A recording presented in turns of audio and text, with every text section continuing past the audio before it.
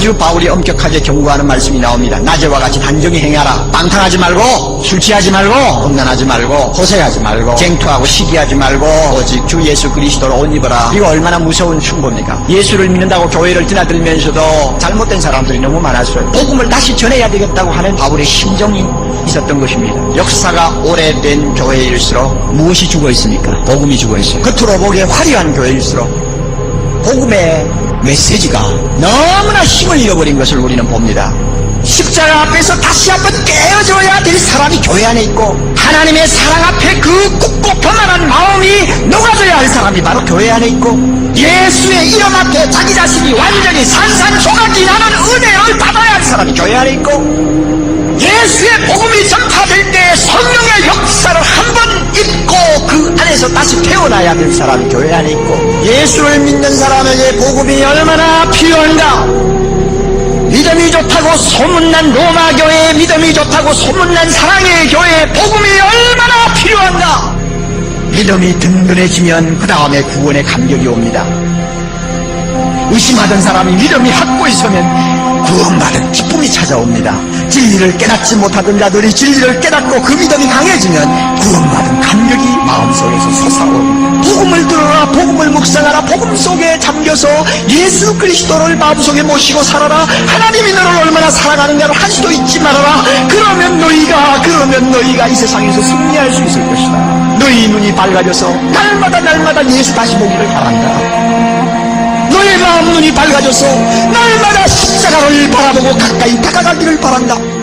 오늘 이 자리에 앉아있는 사랑하는 형제자매 가운데서 많은 분들이 복음으로 다시 태어나야 할 위치에 있다고 저는 생각합니다. 다 안다고 하는 마귀의 생각을 뿌리치십시오. 또 그 말한다고 하는 마귀의 음성을 뿌리치십시오. 여러분은 이미 감격이 식어있는 사람들이, 우리 모두에게는 복음의 감격, 구원의 감격을 회복해야 될 절실한 필요성을 우리는 느낍니다. 그와 같은 감격만 지속될 수 있다면 세상 아무리 더럽고 숨막혀도 우리는 넉넉히 이기고 살 수가 있습니다. 여러분, 예배만 보고 그냥 가실래요? 예배만 보고 그냥 나가실래요? 아니요, 그래서는 안 돼요.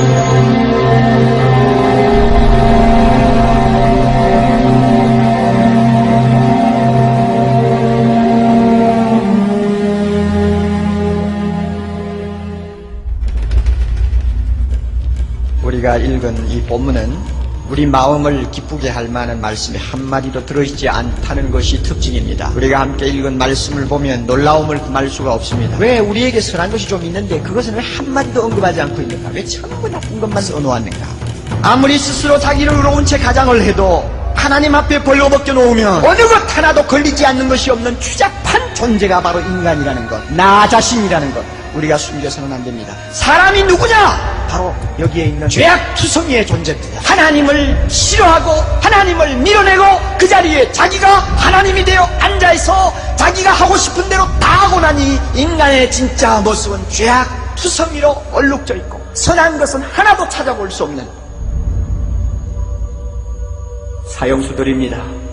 누가 이 사람을 구원할 수 있습니까, 여러분? 이 더러운 죄를 어디에 가서 처리할 수 있습니까? 적당히 한두 가지 개선을 해서 될 문제가 아니고 도무지 쓸모가 없이 되어버렸기 때문에 새 것으로 갈아치우지 아니하면 안 되는데, 새 것으로 갈아치우는 이 일을 누가 하겠습니까? 예수 그리스도밖에 없습니다.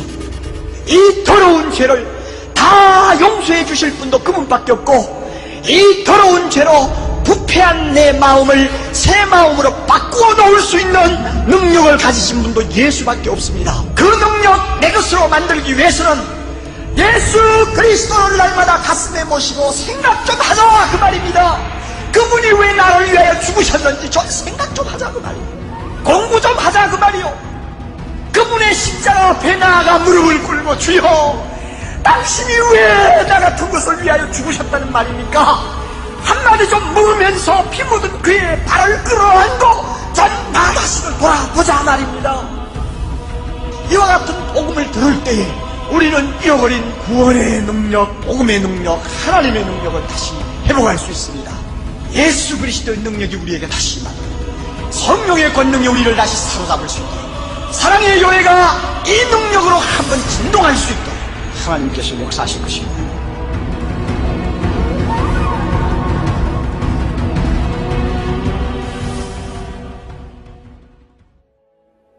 커닝햄 여러분 아시잖아요. 20세기의 선지자입니다. 그만큼 능력 있고 신실한 선교사가 어디 또 있어요? 그분이 얼마 전에 한국을 다녀갔어요. 다녀가가지고 호주 시드니에 가가지고 조그마한 기도회를 하는 기도 모임에서 자기 속에 있는 이야기를 했어요. 내가 한 가지 예언을 하는데 주님이 나에게 예언을 주셨다. 이번에 한국 방문을 했는데 한국 교회가 너무 돈을 사랑한다. 한국 교회 지도자들 너무 음란하다. 그런데 그 사람이 하나 못 본 거 있어요. 한국 교회 너무 거짓말 잘해요. 거짓말을 그냥 눈 하나 깜짝 안 하고 해요. 총회장이라고 하는 사람부터 시작해서 여기서 이 말하고 저기서 저 말하고 나중에 안 했다 하고. 오늘날 우리의 도덕성이 얼마나 마비되었는지 압니까 여러분? 네? 내가 우리 모두가 돈을 얼마나 사랑하는지 증명을 하려고 얼마든지 증명할 수 있어요. 오늘날 목사들이 돈 때문에 전부 다 지금 영적으로 병이 들어도 지금 문둥이 병이 들었다는 걸 여러분이 알아요. 돈 앞에를 맥을 못 쳐요. 맥을 못 쳐. 지금 교단 안에 문제가 되고 있는 심각한 이 지금 문제 배후에는 돈이 깔려 있잖아요. 돈이 깔려 있어요. 얼마나 돈을 사랑해요. 돈을 사랑해요. 총회장 선거할 때도 마찬가지 아니에요. 봉투가 어느 것이 두터우냐를 놓고 선거를 하지 않아요. 어떻게 그렇게 주여주여 하는 사람이 거짓말을 함부로 합니까? 어떻게 주여주여 하는 사람이 돈의 노예가 되어서 그렇게 돈론합니까? 한국교회 모든 책임은 교역자가 져야 합니다. 교역자가 돈 사랑하지 않는데 교인들이 돈 사랑하려고 하겠어요? 교역자가 음란하지 않는데 교인들이 간음죄를 범하겠어요? 교역자가 거짓말을 하지 않기 위해서 벌벌 떠는데 교인들이 거짓말을 함부로 하겠어요? 오늘날 한국교회 총체적인 위기는 교역자가 책임져야 돼요. 입만 살았죠. 실상은 주님 눈앞에 죽은 자와 같아요. 장난이 아니에요. 장난이 아니에요. 주님은 회개하라고 하시는데, 주님은 싸워서 이기라고 하시는데 나는 안 돼요. 이것이 오늘날 우리 모두의 형편이요, 한국교회의 형편입니다. 진짜 주님 모시기에 죽어있고 썩어 냄새나는 곳은 손도 못 댄다 그 말이에요.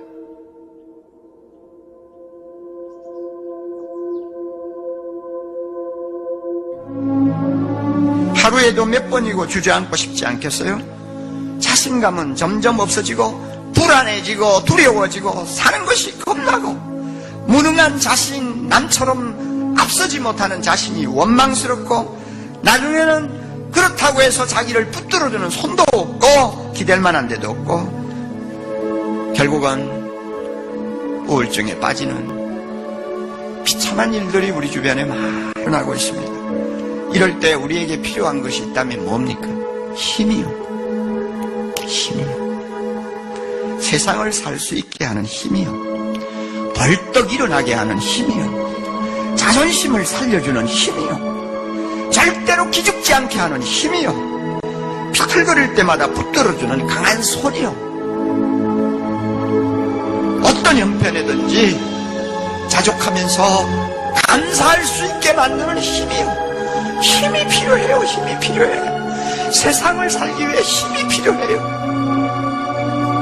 내 안에 없는 힘이 필요해요. 밖으로부터 오는 힘이 필요해요. 이 힘이 필요하다. 어디서 이 힘을 얻을 수 있습니까? 십자가를 향해서 가까이 나아가 나를 사랑하사 나를 위하여 자기 몸을 버리신 하나님의 아들을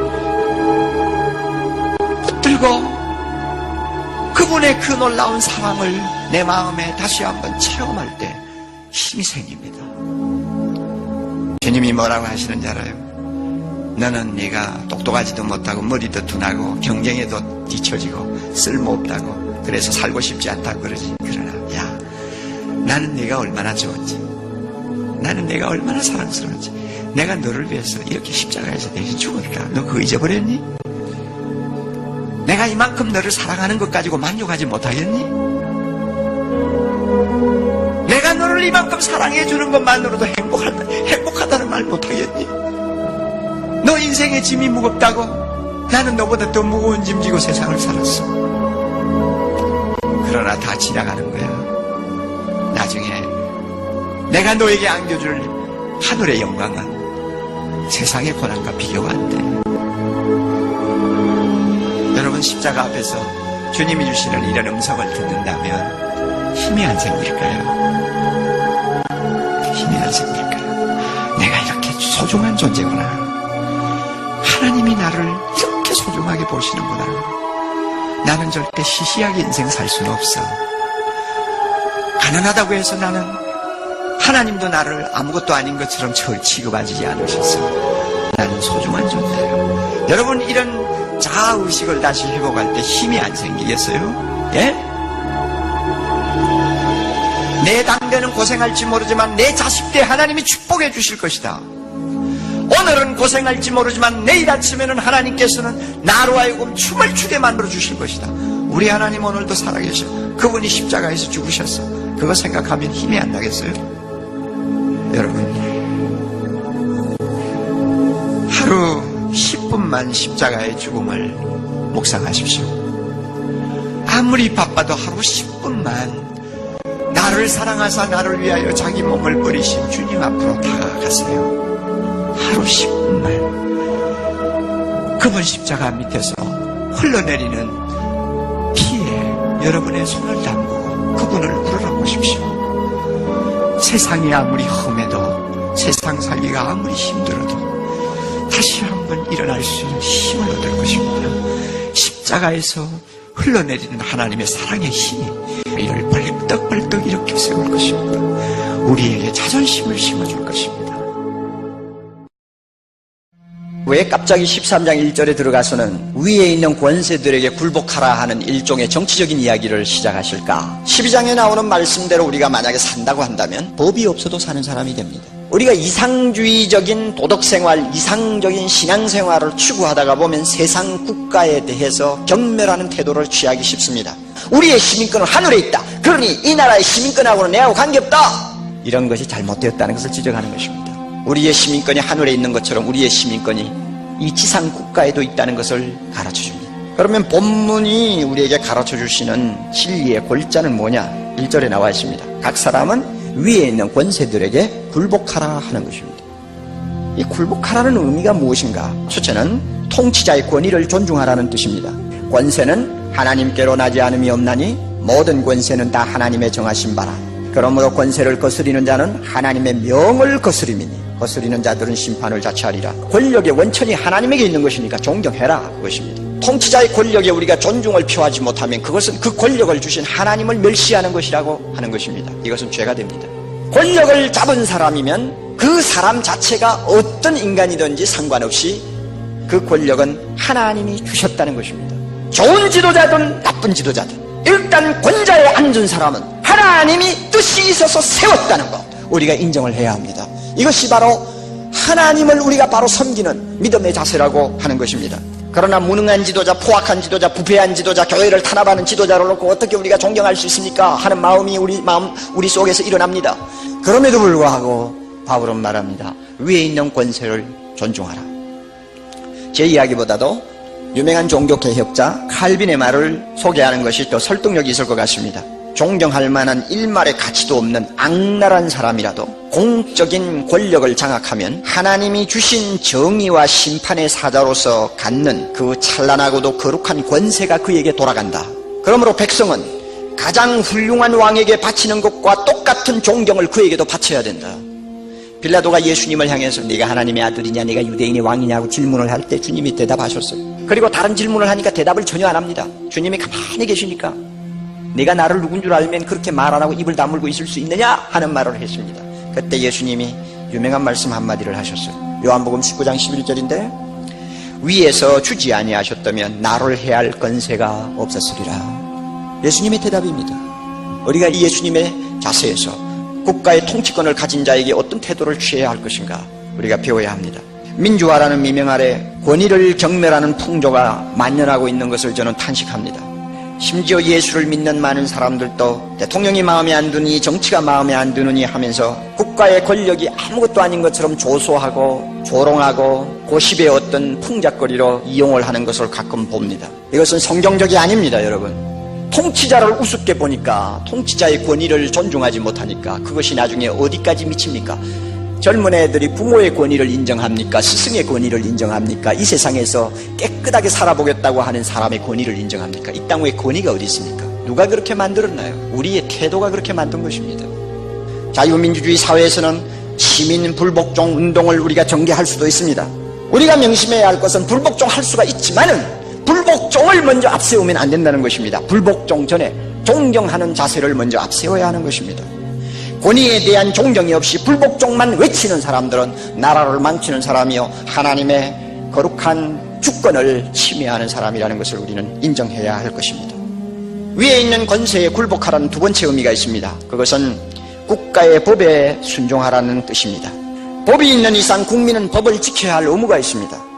정치가 마음에 안 들고 통치자가 보기 싫은 마당에 법은 무슨 법이냐 하는 생각을 가지는 분들이 가끔 있는 것 봅니다. 그래서 제 마음대로 해요. 조그마한 교통법규도 안 지키려고 합니다. 안 지키는 것으로 굉장히 용감하고 오늘날 이 시대에 영웅처럼 행세하는 것처럼 착각하는 사람들이 있어요. 길가에 가다가 담배를 피우고 담배꽁초를 그 지하철 환기구멍에다가 탁 남보를 던지는 것으로 영웅심을 느끼는 사람이 있어요. 돈 사람이에요, 돈 사람. 조그마한 법 하나도 안 지킴으로써 오히려 자기가 영웅이 된 것처럼 생각한다 그 말입니다. 위에 있는 권세를 굴복하라 하는 세 번째 의미는 국민의 의무를 다하라는 뜻입니다.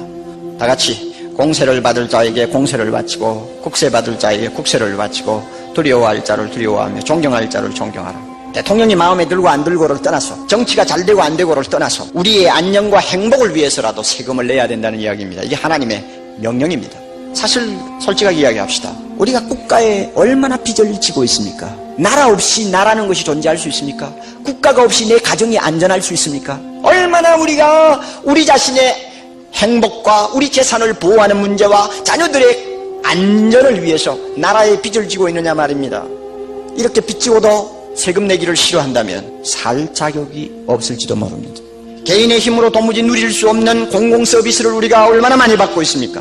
그럼에도 불구하고 가급적이면 세금 내지 않으려고 납세자는 정직해야 합니다. 구조적인 악이 있는지는 모릅니다. 있을 것입니다.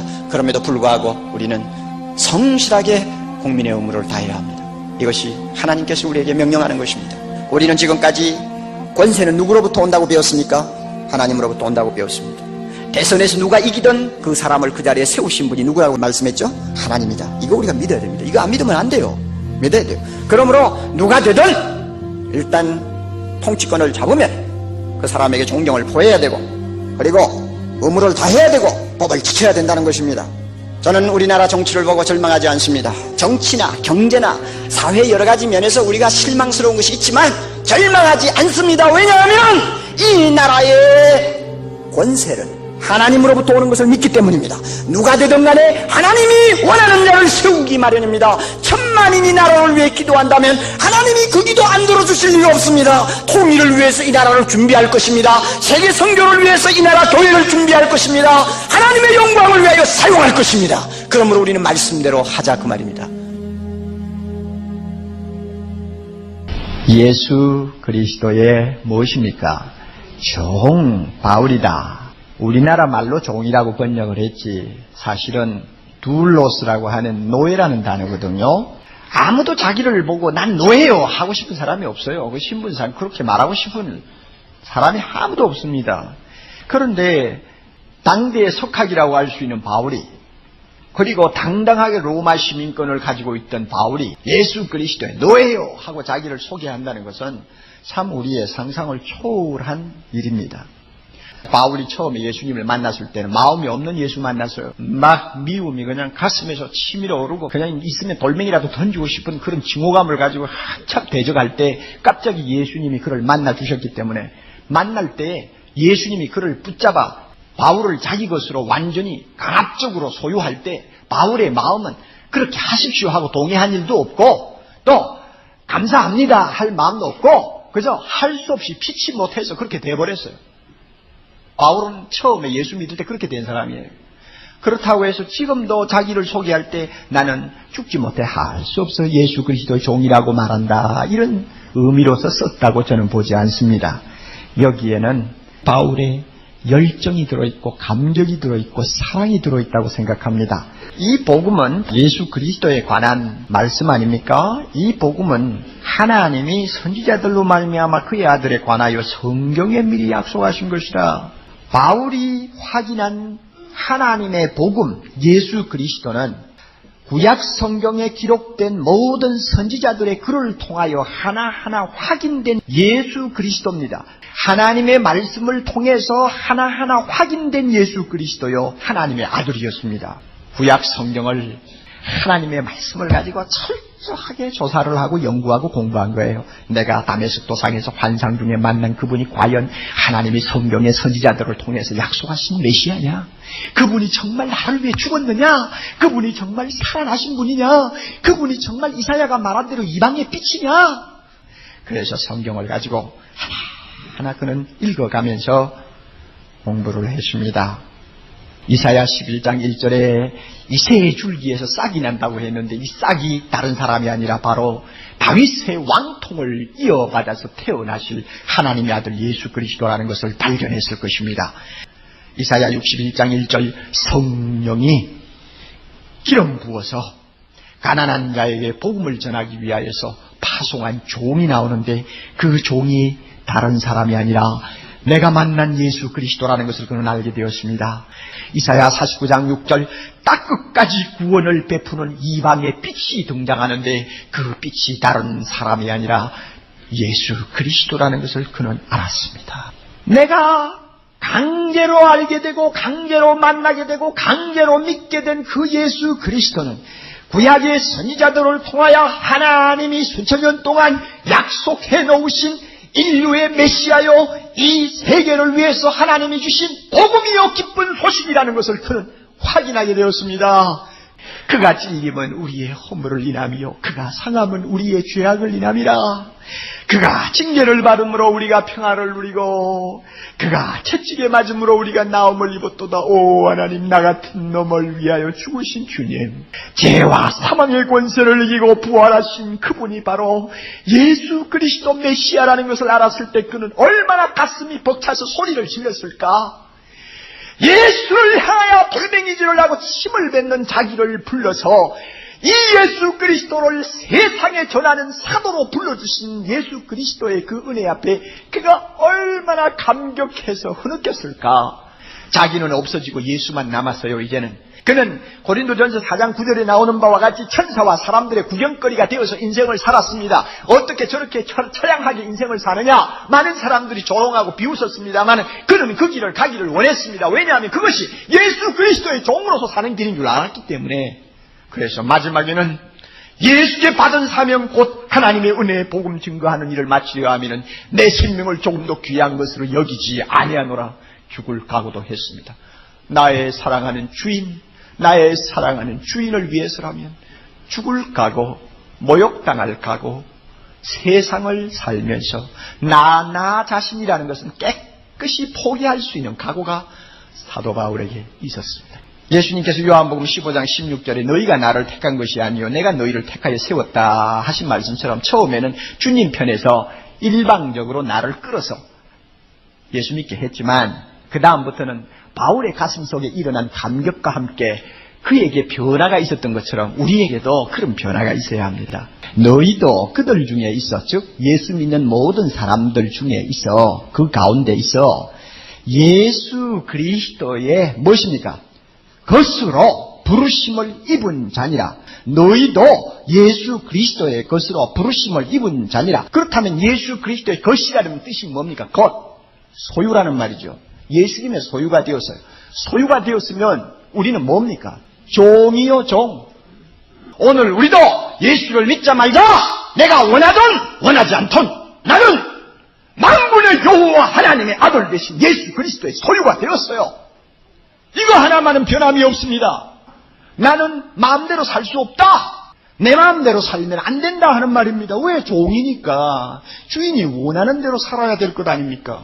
너희는 너희의 것이 아니라 값으로 산 것이 되었으니 그런 너희 몸으로 하나님께 영광 돌리라. 다시 말하면 주인을 위해서 살아라. 내 마음대로 살면 안 된다 하는 뜻입니다. 우리가 살아도 누구를 위하여? 주를 위하여 살고 죽어도 누구를 위하여? 주를 위하여 죽나니 그러므로 사나 죽으나 우리가 누구의 것? 주님의 것입니다. 노예라도 이런 노예가 어디 있나요?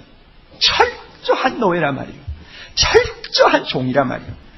주님이 우리를 위하여 자기 생명을 기꺼이 던져주셨기 때문에 자기를 위해서 기꺼이 우리의 생과 우리의 생명을 사실은 종을 원한단 말이에요.